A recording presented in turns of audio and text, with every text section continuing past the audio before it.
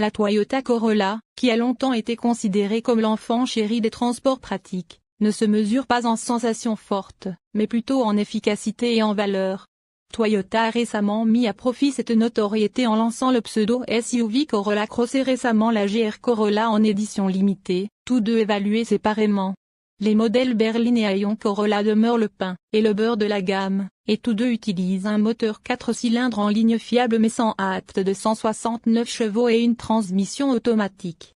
Bien que les performances puissent être peu convaincantes, la Corolla a une nature prévisible et sans chichi. Les chiffres de vente indiquent que c'est une ambiance qui fonctionne, et les acheteurs à la recherche d'un moyen de transport et de rien d'autre ne seront probablement jamais déçus par une Corolla.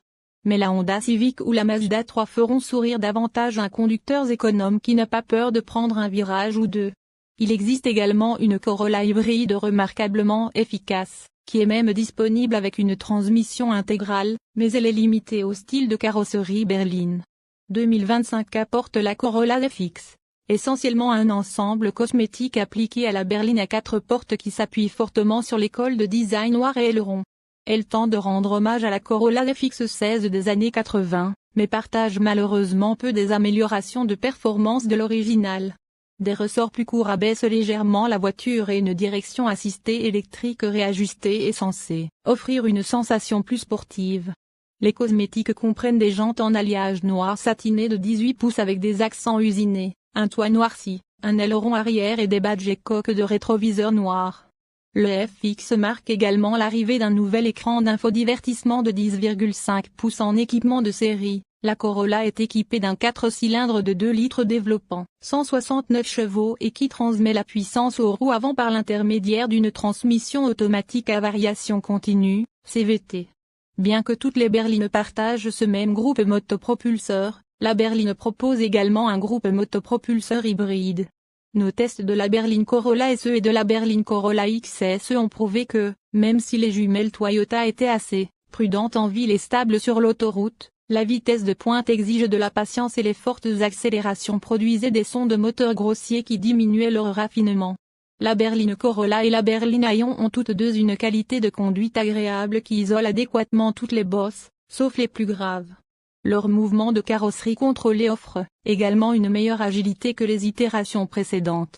Les Corolla SE et XSE se distinguent encore davantage par une suspension sport plus rigide et les roues plus grandes de 18 pouces de cette dernière. Tout le reste roule sur des jantes de 15 ou 16 pouces. Pourtant, comparé à ses rivales athlétiques et engageantes, comme la Mazda 3 et la Honda Civic, la direction progressive de la Corolla est satisfaisante, mais pas exemplaire.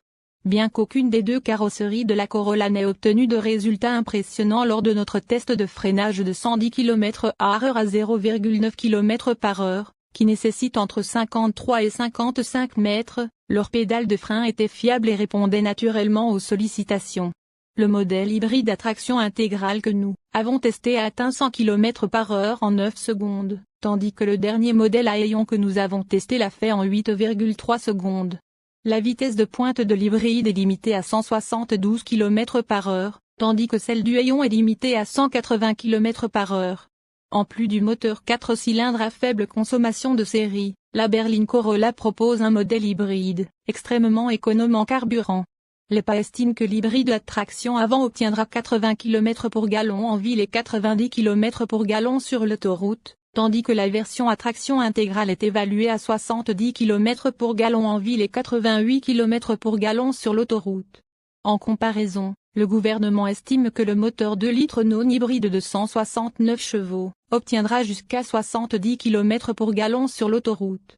L'hybride à traction intégrale que nous avons testé a obtenu 70 km/g sur notre trajet de consommation de carburant de 120 km/h. La berline Corolla XSE à essence uniquement avec traction avant que nous avons testé a obtenu 70 km/g.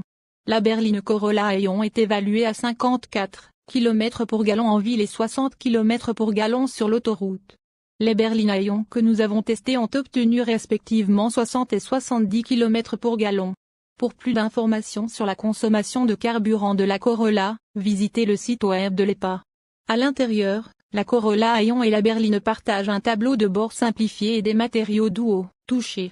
La plupart des modèles ont une entrée passive et un démarrage par bouton poussoir. D'autres peuvent également être améliorés avec un éclairage intérieur ambiant, une climatisation à 2 zones et des sièges avant chauffants. Ceux qui ont régulièrement des passagers à l'arrière devraient considérer la berline plutôt que la berline à ayons, car elle offre beaucoup plus d'espace pour les jambes derrière les sièges avant. La Corolla Aeon dispose de 18 pieds cubes d'espace de chargement derrière sa banquette arrière, mais elle n'y a placé que 2 bagages à main lors de nos tests. Cependant, la nouvelle option gratuite d'espace de chargement amélioré élargit cette zone de 6 pieds cubes, 23 au total, en remplaçant la roue de secours par un kit de réparation de pneus. Alors que la berline n'a que 13 cubes de volume de coffre, nous avons entassé 8 sacs à l'intérieur. Les 2 styles de carrosserie avaient un espace de rangement intérieur inférieur par rapport à certains rivaux plus spacieux. Heureusement, il y a un plateau pratique à l'avant de leur console centrale et un bac utile sous l'accoudoir. Chaque Corolla est équipé d'un système d'infodivertissement à écran tactile de 8 pouces avec compatibilité Apple CarPlay et Android Auto, ainsi que d'un point d'accès Wi-Fi par abonnement.